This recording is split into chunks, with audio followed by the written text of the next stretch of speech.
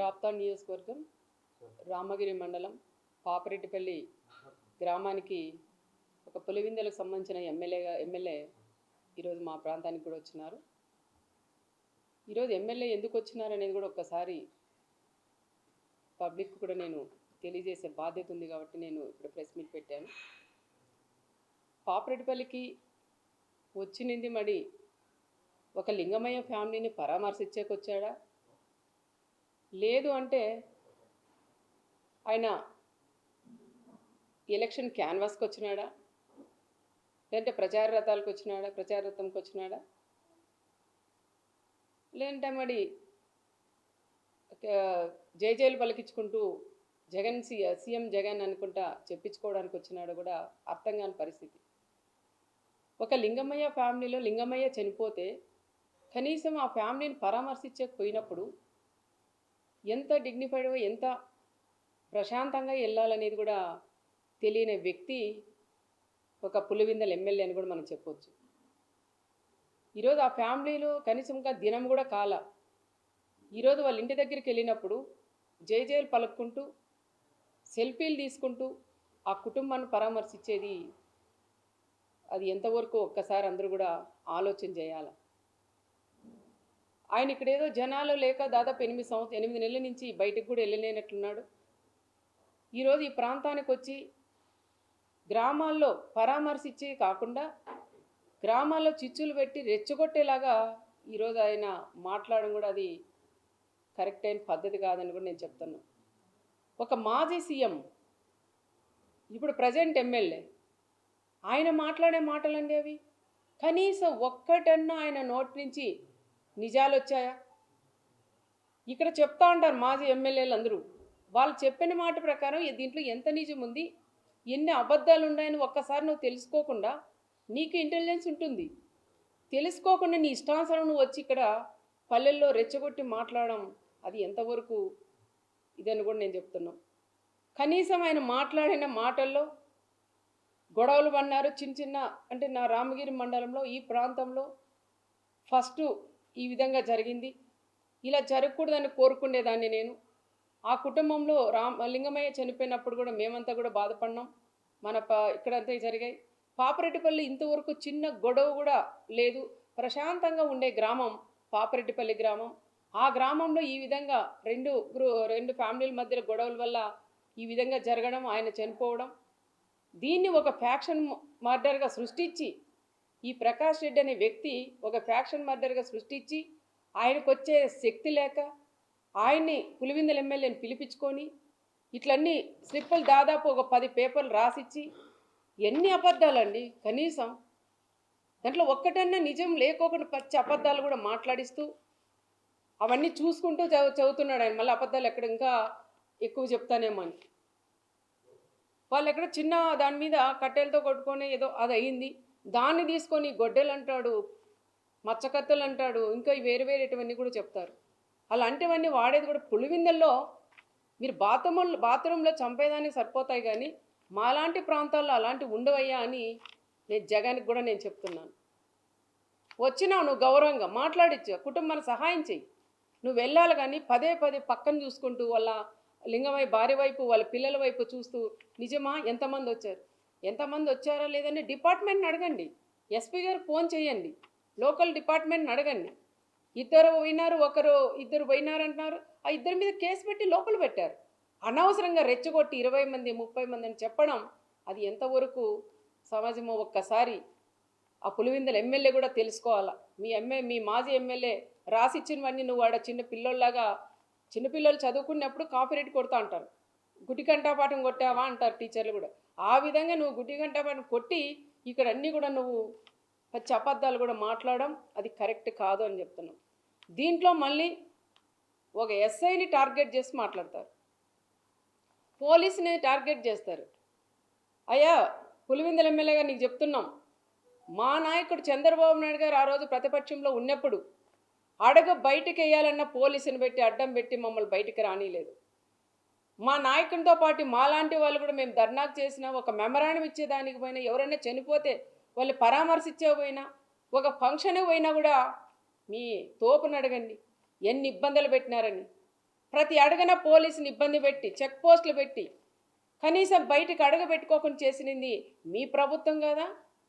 నీ వైఎస్ఆర్ ప్రభుత్వం నువ్వు సీఎంగా ఉన్నప్పుడు ఇలాంటివన్నీ చేసి ఈరోజు దుర్మార్గంగా మా నాయకుడు చంద్రబాబు నాయుడు గారి గురించి మా గురించి మాట్లాడే స్థాయి కూడా నీకు లేదని నేను జగన్ రెడ్డికి కూడా నేను చెప్తున్నా.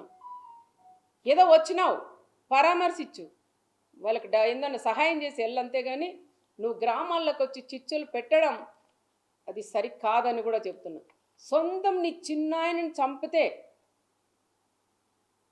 అన్నా మా నాన్నని చంపారు న్యాయం చేయమంటే కూడా నువ్వు చేయలేని వ్యక్తి ఈరోజు నా మండలాల్లోకి వచ్చి నువ్వు న్యాయం చేస్తావంటే ప్రజలు ఏ విధంగా నమ్ముతారని ఒక్కసారి నువ్వు కూడా ఆలోచన చేయాలనుకుని నేను చెప్తున్నా.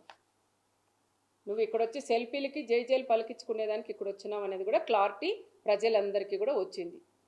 ఇంకో విషయానికి వస్తే కొంతమంది మాజీలందరూ వచ్చినారు, ఏం పని పడలేదు, ఈరోజు వాళ్ళు జగన్ వస్తున్నారని సంకలు ఉద్దుకొని వచ్చినారు, జనాలను దోలినారు. మేము వద్దనలేదు. మేము 3 రోజుల నుంచి పోలీస్ డిపార్ట్మెంట్ కూడా చాలా ఇబ్బంది అవస్థ పడుతుంది. ఎక్కడ గొడవలు లేకోకుండా ఆయన తీసుకొచ్చి పంపించాలనే దాని మీద ఉన్నారు. కానీ అలాంటి పోలీసును కూడా ఈరోజు మీ ప్రభుత్వం మాకు అట్లా మేము వాడుకోలేదు. మా నాయకుడు చంద్రబాబు నాయుడు గారు కూడా ఎప్పుడైనా పోలీస్కి మంచి గౌరవం ఇస్తారు. ఈరోజు నువ్వు డ్రెస్ చొక్కా చూపించేయమంటావయ్యా, నేను మళ్ళీ సీఎం అయితే ఖబర్దార్ మళ్ళీ మిమ్మల్ని అందరినీ ఎక్కడ పెడతాను తొక్కతానంటావా? మరి పోలీసులు కూడా ఇప్పుడు కూడా స్పందించాలి. మీరు మా జిల్లా ఎస్పీ గారు రత్నమ్మ గారు కూడా స్పందించాలి. ఆ రోజు ఎప్పుడైతే మన పోలీసుల మీద కూడా ఇబ్బంది పెట్టి అమ్మల్ని అక్కల్ని తిట్టారో ఆ రోజే మీరు గట్టిగా ప్రెస్ మీట్ ఇచ్చి వాళ్ళ మీద చర్యలు తీసుకుంటే కూడా అది ఇంతవరకు కూడా వచ్చేది కాదు. అప్పుడు ఒక ఎస్ఐని పట్టుకొని నువ్వేందయ్యా ఒక బ్రోకర్ అంటావు, రకరకాలుగా కూడా ఒక ఎస్ఐని మాట్లాడతావు. నీ స్థాయి ఎక్కడ? కనీసం పైన వాళ్ళు ఏది చెప్తే చేసేవాళ్ళు. ఒక ఎస్ఐని పెట్టుకొని వాళ్ళు ఎన్ని కష్టాలు పడి ఆ ఉద్యోగాలు తెచ్చుకుంటారు. అలాంటి కుటుంబాల మీద మీరు ఈ రకంగా ఇంత దారుణంగా ఒక సుధాకర్ ఒక బీసీ కులస్తుడైన వాళ్ళ మీద ఇంత దుర్మార్గంగా మీ మాజీ ఎమ్మెల్యే మాట్లాడినవన్నీ చెప్పించినవన్నీ నువ్వు మాట్లాడితే అది ఎంతవరకు నీ విజ్ఞతకి వదిలేస్తానని కూడా చెప్తున్నా.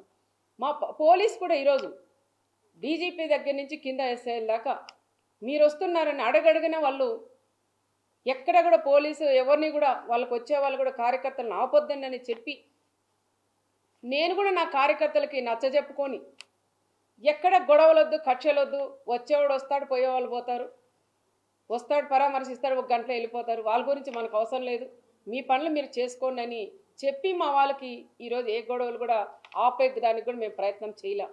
మరి పోలీసులు కూడా రెడ్ కార్పెట్ పర్సన్ నీకు వచ్చేదానికి అది చూడండి ఒకసారి. మాకు ఆ రోజు రెడ్ కార్పెట్ కాదు కదా, ఒక పోలీసు కూడా మమ్మల్ని అడగబెట్టనీలేదు, కాలు కింద పెట్టలా. ఈరోజు రెడ్ కార్పెట్ వేసి మేము ఇక్కడ నిన్ను ఆహ్వానించారు మా డిపార్ట్మెంటు. ఇంత చేస్తే కూడా మీరు ఈ విధంగా అంటారు. ఆ రోజు మా ఆయన పరిటాల రవి గారు ఉన్నప్పుడు పులివిందలు కూడా నువ్వు అడగడగిన చెక్ చేపిస్తూ 1 వెహికల్ 2 వెహికల్లో వెళ్ళాలని మీ నాయన సీఎంగా ఉన్నప్పుడు మా ఆయన పరిటాల రవి గారిని అక్కడ మీ ఊరికి పిలిపించుకొని మీ కసి మీది ఏదన్నా ఉంటే అక్కడ తీర్చుకోవాలని కదా ఆ రోజు పరిటాల రవి గారి మీద కేసు పెట్టి ఎన్ని ఇబ్బందులు పెట్టినారో ప్రజలు ఉన్నారు. నిన్న కూడా మాట్లాడుతున్నారు. ఆ రోజు రవి అన్న పోయినప్పుడు ఇన్ని ఇబ్బందులు పెట్టినారు. మరి ఈరోజు పోలీసులు మన మండలంలోకి వస్తుంటే రెడ్ కార్పెట్ పరిచి ఈరోజు ఆహ్వానిస్తున్నారు. ఇదేంద న్యాయమని మా లీడర్లు అడుగుతున్నారు నన్నే. ఇంత పోలీసులు ఇంత సపోర్ట్ చేస్తే కూడా ఈరోజు పోలీసులు అంత దుర్మార్గంగా మాట్లాడడం అది కరెక్ట్ కాదు అని పులివిందల ఎమ్మెల్యే గారికి కూడా నేను తెలియజేస్తున్నాం. ఆ రోజు మా ఆయన్ని టార్గెట్ చేసి మాట్లాడారు. ఈరోజు నువ్వు ఇక్కడ వచ్చి ఏం మాట్లాడావయ్యా? లింగమయ్య కుటుంబాన్ని పరామర్శించి మాట్లాడు, అంతేగాని రాప్తాడు ఎమ్మెల్యే నన్ని నా కుమార్ని టార్గెట్ చేసి నువ్వు మాట్లాడుతున్నావు. ఆ రోజు మా ఆయన్ని టార్గెట్ చేసి నువ్వు మాట్లాడి ఏం చేసినావో తెలుసు. మళ్ళీ ఈరోజు ఈ జిల్లాకు వచ్చి మా కుటుంబాన్ని మీదే నువ్వు ఎందుకు ఈ విధంగా రెచ్చగొట్టి మాట్లాడుతున్నావో ఒక్కసారి నువ్వు కూడా మళ్ళీ రేపు మన్నాడు ప్రెస్ మీట్ పెట్టి కూడా చెప్పే సమాధానం కూడా చెప్పాలని నేను పులివిందల ఎమ్మెల్యే గారిని కూడా నేను కోరుకుంటున్నాను. ఈ విధంగా పరామర్శించకు వచ్చాడా, ఎంపీటీసీ ఎలక్షన్ దాని గురించి వచ్చాడా, ప్రచారానికి వచ్చారా, జైలు పలికించుకునేకి వచ్చినాడో అది కూడా ఒక్కసారి క్లారిటీగా మాకు కూడా చెప్పాలి. మరి ఎంపీటీసీ ఎలక్షన్ అంటున్నావు, నీకంతే దమ్ము మీ మీ ఎమ్మెల్యే, మీ మాజీ ఎమ్మెల్యే ఉన్నాడు, మీ మాజీ ఎమ్మెల్యే రాష్ట్రం అంతా జరిగింది ఎలక్షన్లు, మరి అందరూ ఎంపీపీలను చేసుకున్నారు. మరి తోపు ఎందుకు ఈ విధంగా 8 మంది ఎంపీటీసీలు ఉంటే ఎందుకు మీరు ఎంపీపీని చేసుకోలేనంత చేతగానే దద్దమ్మలైనారని కూడా నేను చెప్తున్నా. నాకు ఉండేది ఒకే ఎంపీటీసీ, నువ్వు 9 మంది ఎంపీటీసీలు మీరు కనుక్కున్నావు, ఒక ఎంపీటీసీ మీకు చనిపోయినారు, 8 మంది మీకు ఉన్నారు. అది కూడా ఒకసారి గుర్తు చేసుకోండి. 8 మంది ఎంపీటీసీలు మీకు ఉన్నారు, నాకు ఒక ఎంపీటీసీ ఉన్నారు. నేను రాజకీయం చేయాలా, ఎంపీపీని చేసుకోవాలంటే నేను పోయి ఎక్కడ చేసుకుందు, సాక్షాత్తు నువ్వు కాదు కదా, జగన్ కాదు, జగన్ నాయన వచ్చినా కూడా చేసుకునే శక్తి నాకుంది. నీ ఎంపీటీసీలు ఉన్నా నేను మా కండవాలు వేసైనా చేసుకుంటా. కానీ అంత నీచ రాజకీయాలు నేను చేయదలుచుకోలేదు. ఎంపీపీ ఎలక్షన్ వద్దనే అనుకున్నాం. మీ వాళ్ళే రెచ్చగొట్టి మీ చిన్న సైకో అయినా తోపు వచ్చి ముందు రోజే ఆయుధాలు పెట్టి 3 బీసీలను కూడా ఇక్కడ పంపించి విప్ జారీ చేసేకొచ్చింది. అదెందుకు చెప్పలేకపోయినావు నువ్వు? ఆ రోజు గొడవ కారణం ఎవరండి? ఎక్కడో ఆయన తోపుండి వీళ్ళని పంపిస్తాడా? మరి వాళ్ళ బ్రదర్స్ని పంపించాల్సిందా? ఈ గొడవలు పెట్టేదే కాకుండా ఎంపీటీసీలు 8 మంది నీ సింబల్ మీద గెలిచారు. ఆ ఎంపీటీసీలు నీ దగ్గర ఉన్నారు. మరి తీసుకొచ్చి ఎందుకు నువ్వు ఎంపీపీని చేసుకోలేకపోయినావు? మరి ఎక్కడో పోయి దాచుకున్నావు. దాచిన తర్వాత కరెక్ట్ టైంకి పోలీస్కి ఇవ్వాలి కదా. దాదాపు 100 మంది పోలీసులను ఎస్పీ గారు పెట్టారు ఆ రోజు. బాగే పలుతావా నువ్వు? 11 గంటల 10 నిమిషాలకు నువ్వు హాల్లోకి పోలీస్కి హ్యాండ్ ఓవర్ చేస్తావా? అంటే ఎలక్షన్ జరగకూడదు, ఈ రకంగా జగన్ దృష్టిలో నేను పడాలా అన్న ఆలోచనతోనే ఈ మాజీ ఎమ్మెల్యే చేసినట్టు ఒక్కసారి మీరు కూడా పక్కన వాళ్ళని అడిగి తెలుసుకోవాలని కూడా చెప్తున్నాం.